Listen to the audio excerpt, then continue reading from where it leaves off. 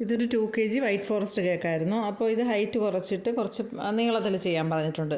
മുമ്പ് ഞാൻ ചെയ്തതുപോലെ 2 ബോർഡ് ഒരുമിച്ച് ചേർത്ത് വെച്ചിട്ടാണ് ഇത് കട്ട് ചെയ്തിട്ടുള്ളത്. അന്ന് ഞാൻ കാണിച്ചിട്ടുണ്ടായിരുന്നത് പാക്കിങ്ങും പിന്നെ ഡിസൈനും മാത്രമേ കാണിച്ചിട്ടുണ്ടായിരുന്നുള്ളൂ.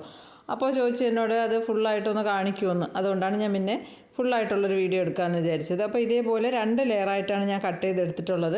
കേക്ക് 2 ലെയറായിട്ട് കട്ട് ചെയ്തെടുത്തിട്ട് പിന്നെ ഒരു ഭാഗം ഞാൻ ഇതേപോലെ കുറച്ച് കട്ട് ചെയ്തിട്ട് ഇതേപോലെ പീസുകൾ വെച്ച് കൊടുത്തിട്ടാണ് ബോർഡ് ഫുള്ളാക്കി ചെയ്തെടുത്തിട്ടുള്ളത്. അപ്പോൾ നിങ്ങൾക്കത് കാണുമ്പോൾ മനസ്സിലാവും. ആദ്യം 2 പീസായി കട്ട് ചെയ്തെടുത്തിട്ട് പിന്നെ അതിൻ്റെ കുറച്ച് പീസുകൾ ബാലൻസ് വരുമല്ലോ. അപ്പോൾ അതെല്ലാം കൂടി ഇതേപോലെ കുറച്ച് ബോർഡ് ഫുള്ളായിട്ട് നിൽക്കുന്ന രീതിയിൽ ഒന്ന് ചെയ്ത് കൊടുത്തിട്ടുണ്ട്. അപ്പോൾ 2 ബോർഡും ഒരുമിച്ച് ചേർത്ത് വെച്ച് ആദ്യം നമ്മൾ ഇതേപോലെ ഒന്ന് സെറ്റ് ചെയ്ത് നോക്കിയിട്ട് വേണം പിന്നെ ഐസിങ് ചെയ്യാൻ തുടങ്ങാൻ. ഇല്ലെങ്കിൽ നമ്മളൊരു കണക്ക് കൂട്ടലൊക്കെ വെച്ചിട്ട് ചെയ്യണേ ചിലപ്പോൾ എന്തെങ്കിലുമൊക്കെ അങ്ങോട്ടും ഇങ്ങോട്ടും ഏറ്റക്കുറച്ചിലുകളൊക്കെ വരാൻ സാധ്യതയുണ്ട്. അതുകൊണ്ട് ആദ്യം ഞാൻ ബോർഡ് 2 കൂടി ഒരുമിച്ച് ചേർത്ത് വെച്ച് എല്ലാ പീസും വെച്ച് നോക്കിയിട്ട് പിന്നെ കുറച്ച് ഇതേപോലെ ഒരു ചെറിയൊരു ബാലൻസ് ഉണ്ടായിരുന്നു. അപ്പോൾ അത് കുറച്ച് നമ്മൾ കട്ട് ചെയ്തെടുക്കുമ്പോഴൊക്കെ കുറച്ച് വ്യത്യാസങ്ങളുണ്ടാവും അളവിൽ. അതായത് ഹൈറ്റിൽ ലെയറിൻ്റെ അളവിലൊക്കെ കുറച്ച് വ്യത്യാസങ്ങളുണ്ടാവും. അപ്പോൾ അങ്ങനെ വരുന്ന ഭാഗങ്ങളിൽ അതും കൂടി വെച്ച് കൊടുക്കാമെന്ന് വിചാരിച്ചിട്ട് അതവിടെ മാറ്റി വെച്ചിട്ടുണ്ട്. അല്ലാതെ തന്നെ ബോർഡ് ഇപ്പോൾ ഫുള്ളായി എടുത്തിട്ടുണ്ട്. എന്നിട്ട് നമുക്ക് ഇതേപോലെ തന്നെ ഇങ്ങ് മാറ്റി വെച്ചിട്ട് വേറെ 2 ബോർഡ് ഉണ്ടെങ്കിൽ അതിൽ നമുക്ക് ഐസിങ് ചെയ്യാൻ തുടങ്ങാം. അങ്ങനെ വേണമെങ്കിൽ ചെയ്യാം. കാരണം എന്താണെന്നറിയാമോ, ചിലപ്പോൾ നമ്മളിത് എടുത്ത് മാറ്റി കഴിയുമ്പോഴത്തേക്കും അങ്ങോട്ടോ ഇങ്ങോട്ടൊക്കെ എവിടെയാണിത് വെച്ചതെന്നുള്ളൊരു കൺഫ്യൂഷൻ വരും. അപ്പോൾ അതുകൊണ്ട് ഇത് അങ്ങനെ തന്നെ അങ്ങ് മാറ്റി വെച്ചിട്ട് അതേപോലത്തെ 2 ബോർഡ് എടുത്തിട്ട് വേണമെങ്കിലും ചെയ്ത് കൊടുക്കാം.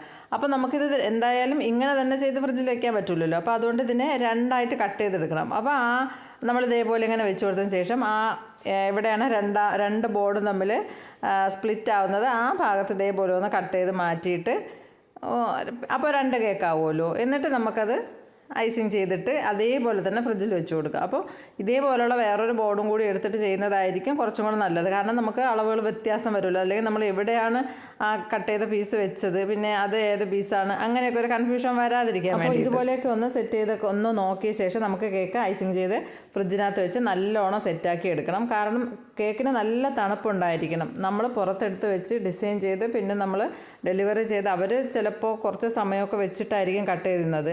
അപ്പോൾ അങ്ങനെയൊക്കെ വരുമ്പോഴത്തേക്കും കേക്കിന് തണുപ്പൊക്കെ കുറഞ്ഞിട്ട് കേക്കിൻ്റെ ടേസ്റ്റ് വ്യത്യാസം വരാൻ സാധ്യതയുണ്ട്. അപ്പോൾ നമ്മുടെ കേക്കിൻ്റെ പ്രശ്നമാണെന്നുള്ളൊരു കംപ്ലയിൻറ്റ് നമ്മുടെ ഭാഗത്തുനിന്ന് ഉണ്ടാവാൻ പാടില്ല. അതുകൊണ്ട് എല്ലാം സെറ്റ് ചെയ്ത് വെച്ച് ബോക്സ് എല്ലാം റെഡിയാക്കി നേരത്തെ തന്നെ വെച്ച് നമുക്ക് ഡെലിവറി ചെയ്യാൻ ടൈം ആയി എന്നുള്ള ആ സമയത്ത് മാത്രമേ ഇത് പുറത്തെടുത്തിട്ട് ചെയ്യാവൂ. എന്തായാലും നമ്മൾ ഡിസൈൻ ചെയ്തെടുക്കുന്ന അത്രയും സമയം പുറത്തിരിപ്പുണ്ട്. പിന്നെ നമ്മൾ ഫ്രിഡ്ജിനകത്ത് വെക്കുന്നില്ല. അപ്പോൾ അതെല്ലാം കണക്കൂട്ടലെല്ലാം ഒരു ടൈമൊക്കെ ഒന്ന് കണക്കുകൂട്ടി നമുക്ക് മനസ്സിലൊരു ഐഡിയ ഉണ്ടാവുമല്ലോ, എത്ര ടൈമിനുള്ളിൽ ഇത് ചെയ്തെടുക്കാൻ പറ്റുമെന്നൊക്കെ ഒരു കണക്കൂട്ടലൊക്കെ നടത്തിയതിന് ശേഷം മാത്രമേ കേക്ക് പുറത്തെടുത്തിട്ട് ചെയ്യാവൂ.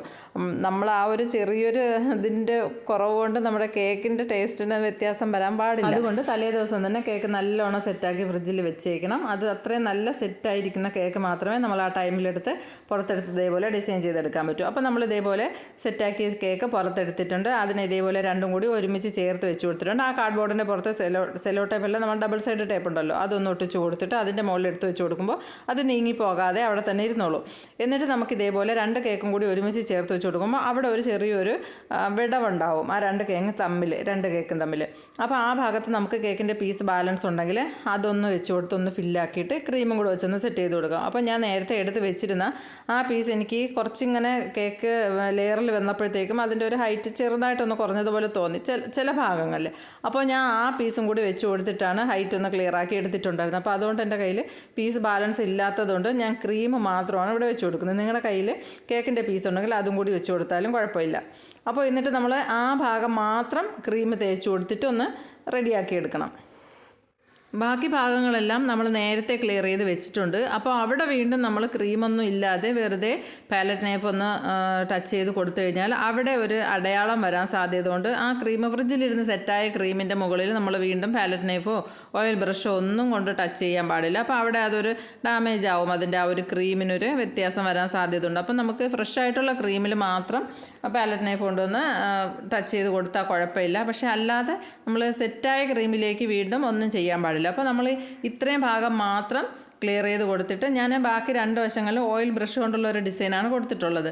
അപ്പോൾ അതേപോലെ തന്നെ ഇതും കൂടി ഒരുമിച്ച് ചേർന്ന് വരുന്ന രീതിയിൽ ആ ഭാഗം മാത്രം ഒന്ന് ക്ലിയർ ചെയ്ത് കൊടുക്കണം.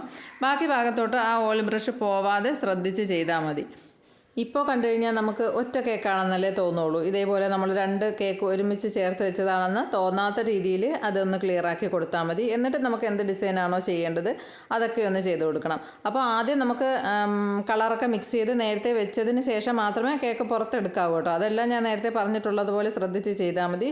ക്രീമെല്ലാം റെഡിയാക്കി വെച്ചേക്കണം. കളർ മിക്സ് ചെയ്ത് ഏത് ഡിസൈനാണെന്ന് എല്ലാം തീരുമാനിച്ച ശേഷം മാത്രമേ കേക്ക് പുറത്തെടുക്കാവൂ. അപ്പോൾ നമ്മളിതെല്ലാം ആലോചിക്കുന്ന സമയത്ത് എല്ലാം കേക്ക് പുറത്തിരുന്ന് അത് തണുപ്പ് പോകരുത്, അത്രയേ ഉള്ളൂ. ക്രിസ്മസ് കേക്കാകുമ്പോൾ എന്തായാലും ഗ്രീനും റെഡും വൈറ്റും ഇത് 3 നിർബന്ധമാണല്ലോ. അപ്പോൾ പിന്നെ അത് വെച്ചിട്ടുള്ളൊരു ഡിസൈനാണ് ഞാൻ ചെയ്ത് കൊടുക്കുന്നത്. പിന്നെ മാറ്ററും കൂടി എഴുതി കൊടുക്കാം. ഇവിടെ NSSൻ്റെ ക്യാമ്പ് നടക്കുന്നുണ്ട്. അപ്പോൾ അവിടത്തേക്ക് വേണ്ടിയിട്ടുള്ളൊരു കേക്കായിരുന്നു. അപ്പോൾ അതും കൂടി ഒന്ന് എഴുതി കൊടുത്തിട്ട് പിന്നെ ഒരു ഭാഗം കുറച്ച് ഒന്ന് ബ്ലാങ്കായി കിടപ്പുണ്ട്. അപ്പോൾ ഞാൻ വിചാരിച്ചു ഒരു ക്രിസ്മസ് ട്രീ വരച്ചു കൊടുക്കാമെന്ന് വിചാരിച്ചിട്ട് ഒരു ട്രീയും കൂടി വരച്ചു കൊടുക്കുന്നുണ്ട്. അത്ര ശരിയായിട്ടൊന്നുമില്ല, എന്നാലും എന്നെ കൊണ്ട് പറ്റുന്ന രീതിയിൽ ഞാനൊരു ട്രീയും കൂടി അവിടെ വരച്ചു കൊടുത്ത് സെറ്റാക്കി എടുത്തിട്ടുണ്ട്. സാധാരണ നമ്മൾ 2 kg ചെയ്യുമ്പോൾ 3 ലെയറിലല്ലേ കട്ട് ചെയ്തെടുക്കാറ്. അപ്പോൾ അങ്ങനെ ചെയ്ത് കഴിഞ്ഞാൽ പീസ് കുറച്ചായിരിക്കും കിട്ടുന്നത്. അപ്പോൾ ഇവിടെ കുറച്ച് കുട്ടികളൊക്കെ കൂടുതൽ കാണുമല്ലോ. അപ്പോൾ അതിന് വേണ്ടിയിട്ടാണ് ഇതേപോലെ 2 ലെയറിൽ കട്ട് ചെയ്തെടുത്തിട്ട് ഇത്രയും നീളത്തിൽ ചെയ്തിട്ടുള്ളത്. അതാകുമ്പോൾ കുറച്ച് കൂടുതൽ പീസ് കിട്ടും. അതിന് വേണ്ടിയിട്ട് ഇതിൻ്റെ ബോക്സ് റെഡിയാക്കുന്ന വീഡിയോ ഒന്നും ഞാൻ എടുത്തിട്ടില്ല. കാരണം ഇതിന് മുന്നേ ചെയ്തിട്ടുള്ളൊരു കേക്കിന് ഞാൻ ഇതേപോലെ ഇത്രയും ഹൈറ്റിലും നീളത്തിലുമാണ് ചെയ്തിട്ടുള്ളത്. അപ്പോൾ അതിൻ്റെ ബോർഡ് റെഡിയാക്കുന്നതും ബോക്സ് റെഡിയാക്കുന്നതും ഞാൻ കാണിച്ചിട്ടുണ്ട്. അപ്പോൾ അത് വേണമെന്നുള്ളവർ ആ വീഡിയോ ഒന്ന് കയറി കണ്ടു നോക്കിയാൽ മതി. അപ്പോൾ അതുകൊണ്ടാണ് ഞാൻ ഇതിന് വേണ്ടിയിട്ടുള്ള ബോക്സ് റെഡിയാക്കുന്ന വീഡിയോ ഞാൻ എടുക്കാത്തത്. അപ്പോൾ അതും 2 ബോക്സ് ഒരുമിച്ച് ചേർത്ത് വെച്ച് നമ്മൾ ടേപ്പ് വെച്ച് ഒട്ടിച്ച ശേഷമാണ് ചെയ്തിട്ടുള്ളത്. ഇതിനും അതേപോലെ തന്നെയാണ് ചെയ്തെടുത്തിട്ടുള്ളത്. അപ്പോൾ ആ വീഡിയോ ഉള്ളതുകൊണ്ടാണ് ഞാൻ പിന്നെ ഇതിൽ ഉൾപ്പെടുത്താത്തത്. അപ്പോൾ വീഡിയോ നിങ്ങൾക്ക് ഇഷ്ടപ്പെട്ടെങ്കിൽ ലൈക്ക് ചെയ്യാനും ഷെയർ ചെയ്യാനും സബ്സ്ക്രൈബ് ചെയ്യാനും മറന്നു പോകരുതേ.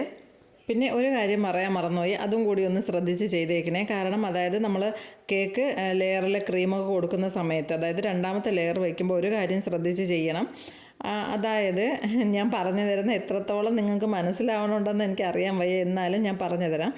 ആദ്യം നമ്മൾ കേക്ക് ബോർഡ് വെച്ച് കൊടുത്തിട്ട് ജസ്റ്റ് ക്രീം ഇത് നമ്മൾ പീസൊക്കെ വെച്ച് കൊടുക്കുന്നില്ലേ, ആ ഭാഗങ്ങളിൽ കുറച്ചും കൂടി ക്രീം ഒന്ന് സ്പ്രെഡ് ചെയ്ത് കൊടുക്കണം. അതായത് നമ്മൾ സാധാ ചെയ്യുന്ന സമയത്ത് സെൻറ്ററിൽ കുറച്ച് ക്രീം ഒന്ന് സ്പ്രെഡ് ചെയ്ത് കൊടുത്തിട്ട് കേക്ക് വെച്ച് കൊടുക്കും. അത് ഒറ്റ പീസേ ഉള്ളൂ. ഇത് നമ്മൾ എവിടെയൊക്കെ ചെറിയ ചെറിയ പീസുകൾ വരുന്നുണ്ട് ആ ഭാഗങ്ങളിലെല്ലാം ചെറുതായിട്ടൊന്നും ക്രീമൊന്ന് വെച്ച് കൊടുക്കണം. കാരണം ബോഡിയിൽ നിന്ന് അത് നീങ്ങി പോകാതിരിക്കാൻ വേണ്ടി, പോകാൻ സാധ്യതയില്ല എന്നാലും നമ്മളൊന്ന് കുറച്ചൊരു സേഫ്റ്റിക്ക് വേണ്ടിയിട്ട് അവിടെയൊക്കെ ഒന്ന് ക്രീമൊന്ന് വെച്ച് കൊടുത്ത ശേഷം നമുക്ക് ആദ്യം വലിയ പീസ് പിന്നെ സൈഡിലൊക്കെ ചെറിയ പീസ് വെച്ച് കൊടുത്ത് കേക്ക് ബോർഡ് ഫുള്ളാക്കി അത് ഫില്ലായ ശേഷം നമ്മൾ ഷുഗർ സിറപ്പ് കൊടുത്തിട്ട് പിന്നെ ക്രീം കൊടുക്കുന്നു. ക്രീം കൊടുത്തിട്ട് പിന്നെ നമ്മൾ ലെയറിൽ എന്താണോ ഇടാനുള്ളത്, ചോക്ലേറ്റോ മിൽക്ക് മെയ്ഡോ അങ്ങനെ എന്തെങ്കിലുമൊക്കെ ഇടാനുണ്ടെങ്കിൽ അതെല്ലാം ഇട്ട് കൊടുത്ത ശേഷം 2ാമത്തെ ലെയർ നമ്മൾ വെച്ച് കൊടുക്കുമ്പോൾ വലിയ പീസ് വെച്ച് കൊടുത്ത ഭാഗത്ത് ചെറിയ കട്ട് ചെയ്ത പീസും താഴത്തെ ലെയറിൽ നമ്മൾ കട്ട് ചെയ്തിട്ടുള്ള ചെറിയ പീസ് വരുന്ന ഭാഗത്ത് വലിയ പീസും അങ്ങനെ വേണം വെച്ച് കൊടുക്കുക. അല്ലാതെ നമുക്ക് കട്ട് ചെയ്ത വലിയ ഭാഗത്ത് ആദ്യത്തെ ലെയറിലുള്ള വലിയ പീസ് ഇരിക്കുന്ന ഭാഗത്ത് തന്നെ അതേപോലത്തെ വലിയ പീസ് വെച്ച് കൊടുക്കാതെ അതിനെ നമുക്ക് ഇപ്പുറത്തോട്ട് നീക്കിയിട്ട് ചെറുതായിട്ട് കട്ട് ചെയ്ത ഭാഗത്തോട്ട് ആ വലിയ പീസ് വെച്ച് കൊടുത്തിട്ട് അങ്ങനെ ഒന്ന് 2ാമത്തെ ലെയർ ഒന്ന് സെറ്റ് ചെയ്തെടുക്കണം. അപ്പോൾ കഴിക്കാൻ വേണ്ടിയിട്ട് കട്ട് ചെയ്യുമ്പോൾ 2 ലെയറിലും ഒരേപോലെ കിട്ടാൻ വേണ്ടിയിട്ട് ചെറിയ പീസ് വെച്ച് കൊടുക്കുന്ന ഭാഗത്ത് വലിയ പീസ് മുകളിൽ വെച്ച് കൊടുക്കുമ്പോൾ കട്ട് ചെയ്തെടുക്കുന്ന ഭാഗത്ത് കട്ട് ചെയ്തെടുക്കുമ്പോൾ ഒരേപോലെ തന്നെ എല്ലാ പീസും കിട്ടത്തക്ക രീതിയിൽ നല്ല തിക്കായിട്ടുള്ളൊരു പീസ് കിട്ടാൻ വേണ്ടിയിട്ടാണ് അങ്ങനെ ചെയ്ത് കൊടുക്കുന്നത്. അപ്പോൾ 2 ലെയറിലും ഒരേപോലെ വരുന്ന രീതിയിൽ മുകളിലും താഴെയും കട്ട് ചെയ്ത പീസ് വരുന്ന സ്ഥലത്ത് വലിയ പീസ് വരുന്ന ഭാഗത്ത് ചെറിയ പീസും വെച്ച് കൊടുക്കുന്ന രീതിയിൽ ലെയർ സെറ്റാക്കി കൊടുത്താൽ മതി.